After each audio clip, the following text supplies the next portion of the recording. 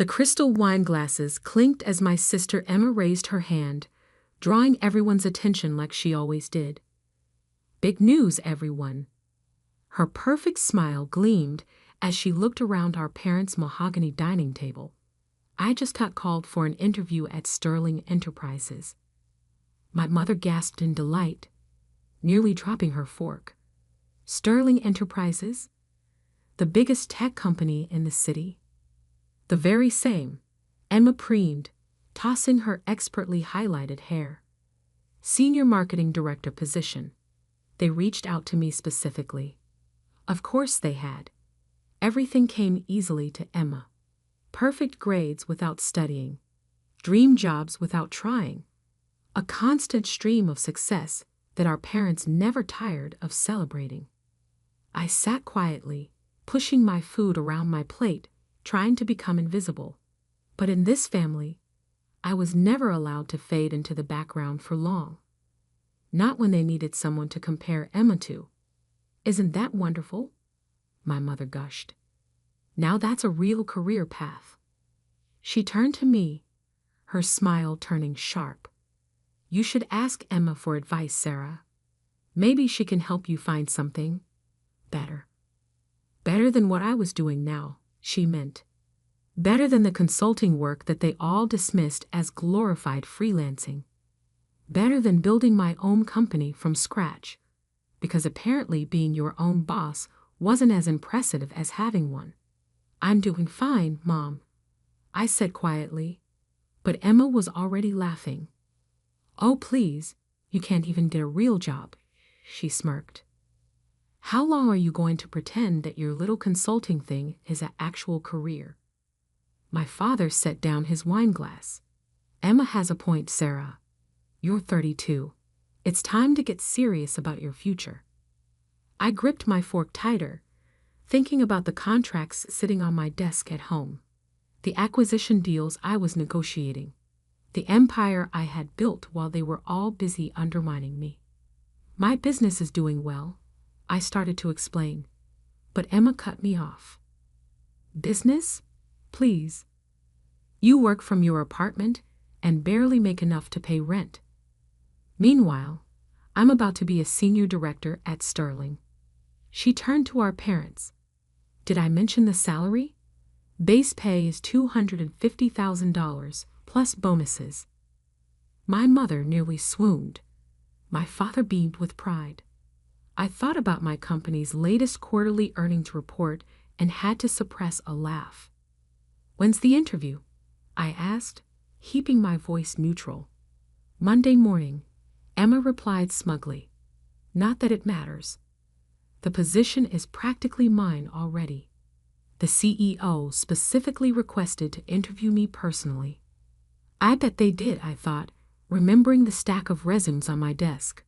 Among them, Emma's application, forwarded to me by HR with a note. Another entitled candidate with an inflated ego. "Your call, boss." "Well, good luck," I said, standing up. "I should get going. Early meeting tomorrow." Emma snickered. "What? Did someone finally agree to buy something from you?" "Sarah," my mother sighed. "When are you going to stop this ridiculous independent phase? Your father could have gotten you a proper position years ago." I thought about the nameplate on my office door, the one that reads Sarah Mitchell, CEO, Sterling Enterprises, the one Emma would see tomorrow morning. "You're right, Mom," I said, gathering my things. Maybe it is time for a change. They probably thought I was finally admitting defeat.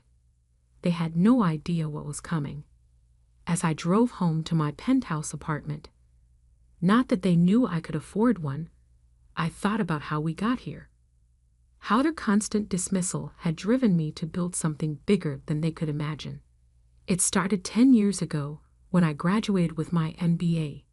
Emma was the star of the family then too, climbing the corporate ladder with her natural talent, while I quietly studied market trends and business strategies. When I told them I was starting my own consulting firm, they laughed. When I landed my first major client, They dismissed it as luck. When I started buying up struggling companies and turning them around, they didn't even notice. 5 years ago, I made my biggest move yet, acquiring Sterling Enterprises through a complex series of shell companies and investment firms. The previous CEO was ready to retire, and I had spent years preparing for this moment. I changed my professional name to Sarah Mitchell, my mother's maiden name, knowing my family never paid enough attention to business news to make the connection. I rebuilt Sterling from the ground up, transforming it into the tech giant it is today. And through it all, my family remained blissfully unaware, too busy praising Emma's minor achievements to notice that their unsuccessful daughter was now one of the most powerful CEOs in the city.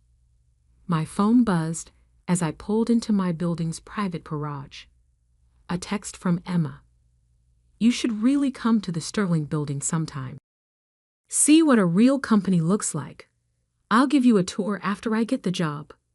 I smiled, thinking of my corner office on the top floor, the one with the view of the entire city, the one Emma had been dreaming about in her application letter. Tomorrow was going to be interesting. In my apartment, I reviewed Emma's resume one more time. It was impressive on paper. Good education, steady career progression, solid references. But I had done my research. I knew about the projects she had taken credit for, but barely contributed to. The subordinates she had thrown under the bus, the corners she had cut. Emma had always been good at presenting the perfect image. Tomorrow, she would learn that image isn't everything. My phone buzzed again. This time it was my mother. "Darling, I know you're probably feeling discouraged seeing Emma's success. Why don't you let your father make some calls? It's not too late to start a proper career." I set the phone down without responding and walked to my home office. The wall was covered in business magazines featuring Sterling's remarkable turnaround. Tech's most innovative CEO, one headline read, "Sarah Mitchell, the unseen power player revolutionizing the industry," declared another. My family had spent years telling me I wasn't good enough. Tomorrow, they would learn just how wrong they were. I sat at my desk and opened my laptop, typing out an email to HR. "Please ensure Ms. Emma Carter's interview is scheduled in my office at 9 a.m. sharp. And make sure she waits in the lobby for at least 30 minutes before being brought up." A small petty detail, perhaps, but after years of enduring her condescension, I thought I deserved a little dramatic flair. I spent the rest of the evening reviewing company reports and finalizing acquisition plans, just like any other Sunday night. But this Sunday felt different. Tomorrow, everything would change. As I got ready for bed, I caught my reflection in the bathroom mirror. I looked nothing like the timid daughter my family still saw me as. My suits were tailored now, my presence commanding. I had grown into my power while they weren't watching. Tomorrow, they would finally see me. And I couldn't wait for the show to begin. Monday morning arrived with a sense of delicious anticipation. I stood in my private elevator, ascending to the top floor of Sterling Enterprises, watching the city wake up through the glass walls. My Armani suit was immaculate, my heels clicking authoritatively on the marble floor as I stepped out. "Good morning, Ms. Mitchell," my executive assistant Diana greeted me with a knowing smile. "Your 9 a.m. appointment has arrived early." She's been waiting in the lobby for 20 minutes, insisting that the CEO specifically requested her presence. I checked my watch. 8:45 a.m. Let her wait another 10 minutes. How's she handling it? Diana's eyes twinkled. She's demanded coffee 3 times, name-dropped several executives she claims to know, and told the receptionist that her sister is a nobody who can't even get a proper job. I smiled, setting my briefcase on my desk. Perfect. Has she noticed any of the magazine covers? No, Diana smirked. She's too busy telling everyone within earshot about her marketing expertise to look around. Typical Emma. So focused on promoting herself that she missed the obvious. The lobby walls were lined with press coverage of Sterling's transformation under my leadership. My photo was literally hanging above the reception desk, but Emma would never notice. She never had. Her resume listed some impressive achievements at her current company, Diana noted, arranging folders on my desk. I took the liberty of fact-checking them. And half are exaggerated, a third are outright lies, and the rest were group projects where she took sole credit. I nodded, unsurprised. Just like high school. Remember when she won that science fair? The project you actually built while she was at cheerleading practice. The very same. I sat down behind my desk, adjusting my nameplate slightly. Send her up at 9 a.m. exactly. And Diana? Make sure the security team is recording the lobby and elevator cameras. I want to preserve this moment. At precisely 9 a.m., my office phone buzzed. Ms. Carter is here for her interview, Diana announced formally. Send her in. The door opened, and Emma strode in like she already owned the place. She wore an expensive but slightly too flashy suit, her confidence bordering on arrogance. Then she saw me sitting behind the CEO's desk. The color drained from her face. Sarah? She stammered, frozen in the doorway. What? What are you doing here? Good morning, Emma, I said pleasantly. Please take a seat. We have a lot to discuss about your application for the Senior Marketing Director position. She didn't move, her mouth opening and closing like a fish out of water. But I'm supposed to meet with Sarah Mitchell, the CEO. I smiled, gesturing to my nameplate. That would be me. Sarah Mitchell, formerly Sarah Carter. Though I'm not surprised you didn't make the connection. You never did pay attention to anything I did. Emma sank into the chair across from me, her perfect composure cracking. This is impossible. You're just a consultant. You work from your apartment. Actually, I leaned back in my chair, enjoying this moment. I own this building, and several others. Sterling Enterprises has been my company for the past 5 years. I pulled out her resume. Now, shall we discuss your application? I have some questions about these achievements you've listed. You can't be serious, Emma whispered, her voice shaking. You can't be the CEO. You're nobody. That's what you all thought, isn't it? I kept my voice calm, professional. Poor Sarah can't even get a real job. Just a nobody working from her apartment. Tell me, Emma, did you ever once ask what kind of consulting I did? What companies I worked with? Or were you too busy bragging about your own mediocre accomplishments? She flinched. I didn't. No, you didn't. I agreed. None of you did. You were all too convinced of my failure to notice my success, too busy mocking my choices to see where they were leading. I opened her file. Now, about this claim that you single-handedly increased your department's revenue by 200% last year. That's accurate, she stuttered, but I could see the panic in her eyes. Interesting. I pulled out another document. Because I have here the annual report from your company. The entire marketing department only saw a 30% increase. And according to your former colleagues, that was primarily due to a campaign developed by your junior team. The one you rejected initially but took credit for after it succeeded. Emma's face went from pale to red. You've been investigating me? I investigate all potential senior executives thoroughly. We have very high standards at Sterling. I smiled. Standards that value actual achievement over self-promotion. Just then my phone buzzed. Diana's voice came through the speaker. "Ms. Mitchell, your parents are in the lobby, demanding to see you." They're quite insistent. Of course they were. Emma had probably texted them the moment she saw me. "Send them up," I said calmly. "I think it's time for a family meeting." Emma shifted nervously in her chair. "Sarah, look, about last night. About all the things I've said. Save it." I cut her off. "I'm not interested in apologies motivated by fear. I spent years listening to you undermine and belittle me. Now you get to sit there and learn exactly who your unsuccessful sister really is." The door burst open. My parents stormed in, their faces a mix of confusion and anger. "Sarah," my mother exclaimed, "what is the meaning of this? What are you doing in the CEO's office?" "Hello, Mother," I replied coolly.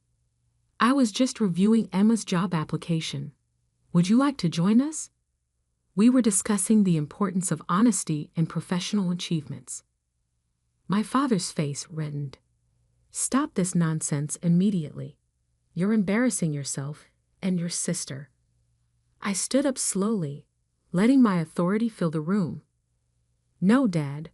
For once in your life, you're going to listen to me. All of you are." I pressed a button on my desk, and the wall of windows behind me transformed into a screen, displaying Sterling's financial growth under my leadership. "Welcome to my company, the one you've been hearing about at your country club, the one Emma's been desperate to work for, the one that's been making headlines while you were all too busy dismissing me to notice." They stared at the numbers, the achievements, the empire I had built while they weren't watching. "Now," I said, sitting back down, "let's talk about what really makes someone successful in business. Shall we begin with integrity, or should we start with actual competence?" The color drained from Emma's face as she realized this interview was about to become very, very uncomfortable, and we were just getting started. The silence in my office was deafening as my family stared at the financial projections on the screen. 10 years of growth, billions in acquisitions, my photo on the cover of Forbes, Fortune, and Business Weekly. This is all yours," my mother whispered, sinking into one of the leather chairs. "Every bit of it," I confirmed, standing to walk around my desk. "The consulting business you mocked? That was just the beginning. While Emma was bragging about her mid-level marketing positions, I was buying and transforming struggling companies. While you were lamenting my lack of a real job, I was building an empire." My father, always quick to anger, found his voice first. "Why didn't you tell us? Why keep this secret?" I laughed, but there was no humor in it. "Tell you? Like I tried to tell you about my first major client, or my first successful company turnaround, or any of my achievements that you dismissed because they didn't fit your narrow definition of success."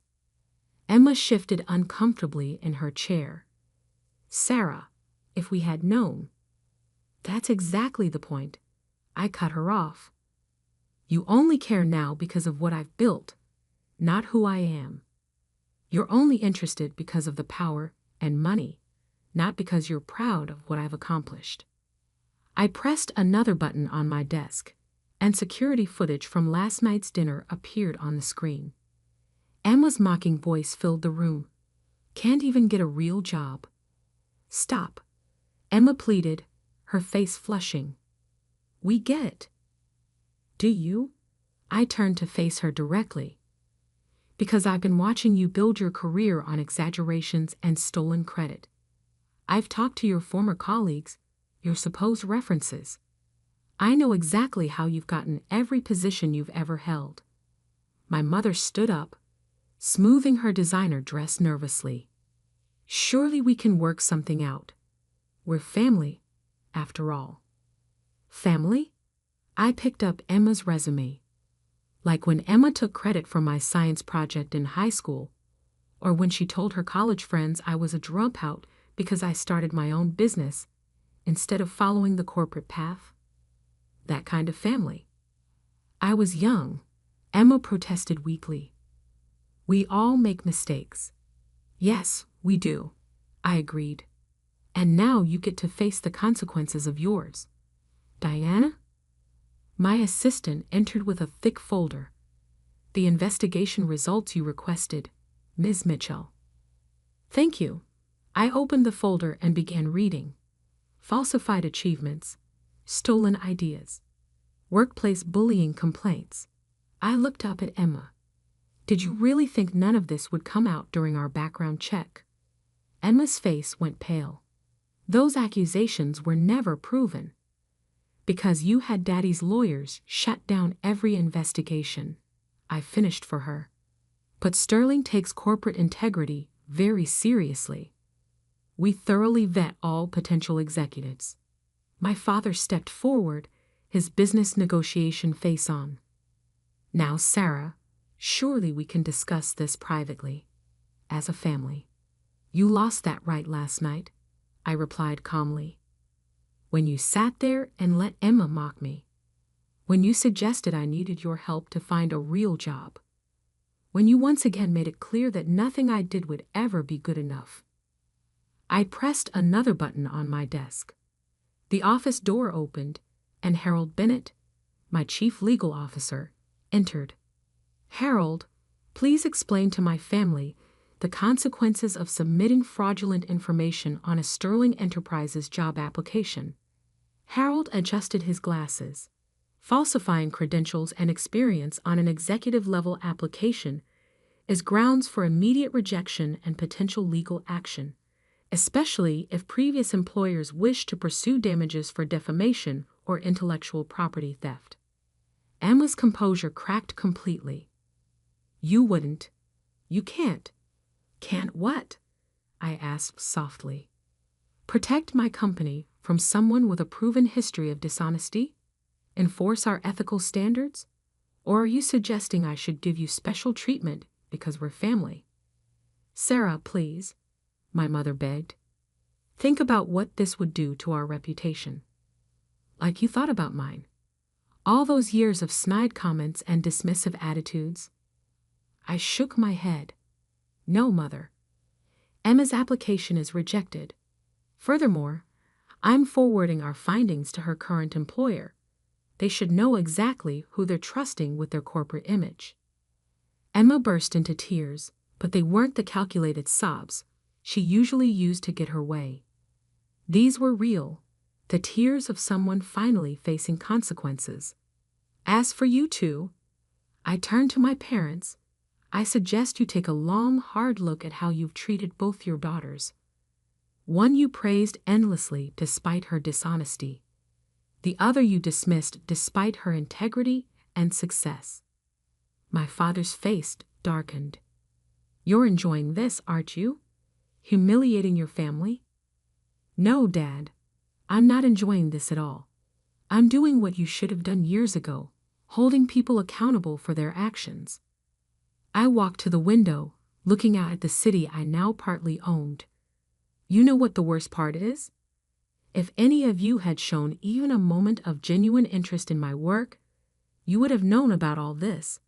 My name, my full name, has been in the business news for years. But you were all too convinced of my failure to notice my success. I turned back to them. Now I have a board meeting to prepare for. Harold will escort you out. Emma, you'll receive official notification of our decision in writing. I suggest you use this as an opportunity for self-reflection. Sarah, my mother tried one last time. We can still be a family. We can work through this. I sat back down at my desk, picking up a report. We'll always be related, Mother, but family?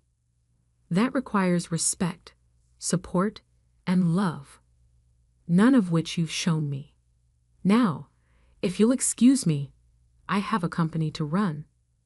They left in silence, Emma's tears still falling, my parents' pride in shambles. As the door closed behind them, Diana entered with a cup of coffee. "Are you okay?" she asked softly. I took a deep breath, looking at the family photo I kept in my drawer. Not of my parents or Emma, but of my grandfather, the only one who had believed in me from the start. "You know what, Diana? I am. For the first time in years, I really am." Over the next few months, the family dynamics shifted dramatically. Emma's current employer launched an investigation into her past achievements, leading to her eventual resignation. My parents stopped appearing in society pages, their social standing diminished by the revelation that they had dismissed their successful daughter while enabling their dishonest one. I focused on my work, continuing to build Sterling into an even stronger company. The business world buzzed with the story once it got out. The secret CEO who had hidden her success from her unsupportive family. It became a symbol of quiet determination triumphing over loud mediocrity. 6 months later, I received a letter from Emma. Not an email or text, but a handwritten letter of apology. For the first time in her life, she had been forced to work her way up from an entry-level position, no family connections to rely on. She wrote that she finally understood the value of genuine achievement.